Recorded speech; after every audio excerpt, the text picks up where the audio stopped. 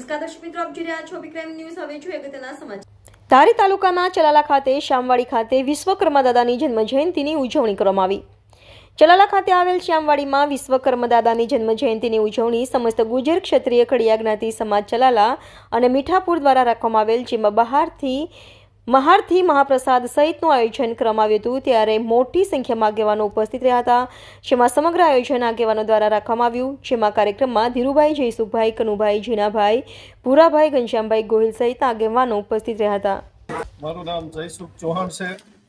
આજ રોજ ગુજર ક્ષત્રિય કડિયા સમાજ ચલાલા તેમજ મીઠાપુર વતી વિશ્વકર્મા જન્મ જયંતિ ઉજવવામાં આવી રહી છે। તેમજ આજે મહાઆરતી મહાપૂજા વિધિ વિશ્વકર્મા દાદાની તેમજ બપોરે મહાપ્રસાદનું આયોજન રાખેલ છે। તેમજ સમાજના હરેક માણસો ગુજર ક્ષત્રિય કડિયા સમાજના 700 થી 800 માણસો આજે બપોરે મહાપ્રસાદ લેવાના છે। સાહેબ, આપનું નામ શું છે?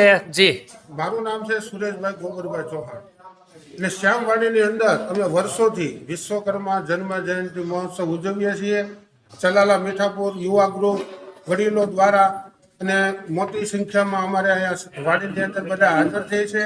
અને આજે સવારે આરતી પૂજાનો કાર્યક્રમ રાખ્યો હતો અને બપોરે મહાપ્રસાદનું પણ સરસ મજાનું આયોજન છે।